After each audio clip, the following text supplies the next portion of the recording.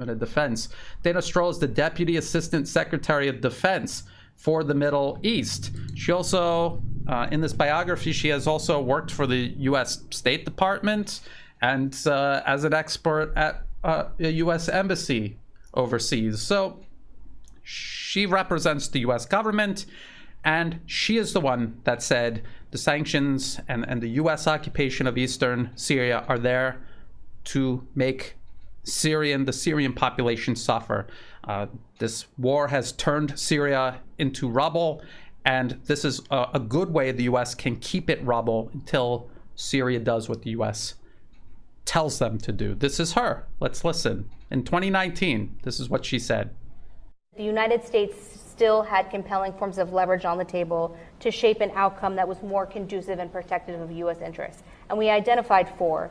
So the first one was the 1/3 of Syrian territory that was owned via the U.S. military with its local partner, the Syrian Democratic Forces. Now, this was a light footprint on the U.S. military, only about 1,000 troops over the course of the Syria Study Group's report, and then the tens of thousands of forces, both Kurdish and Arab, under the Syrian Democratic Forces. And that 1/3 of Syria is the resource-rich, it's the economic powerhouse of Syria. So where the hydrocarbons are, which obviously is very much in the public debate here in Washington these days, as well as the agricultural powerhouse. But we argued that it wasn't just about this 1/3 of Syrian territory that the U.S. military and our military presence owned, both to fight ISIS and also as leverage for affecting the overall political process for the broader Syrian conflict. There were three other areas of leverage. One is political and diplomatic isolation of the Assad regime, so holding the line on diplomatic isolation, preventing embassies from going back into Damascus. Two is the economic sanctions architecture.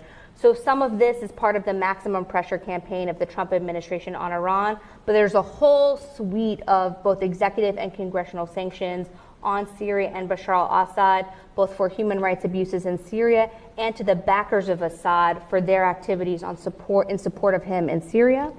And three was reconstruction aid. So the United States remains the overall largest single donor of humanitarian aid to Syrians both inside Syria and refugees outside of Syria.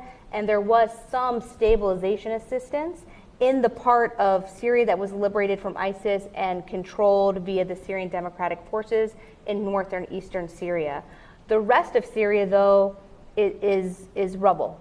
And what the Russians want and what Assad wants is economic reconstruction. And that is something that the United States can basically hold a card on via the international financial institutions and our cooperation with the Europeans.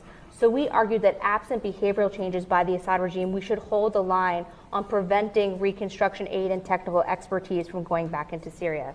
You heard from Dana herself. The sanctions are there to make the Syrian government scream. They turned Syria into rubble, and they will keep it rubble until Syria does what the U.S. tells them. The earthquake has only helped enhance this policy, so they're going to do everything they can to take advantage of the earthquake and make the Syrian people suffer as much as possible. And that is very important to keep in mind as I move on to talk about Ukraine, because this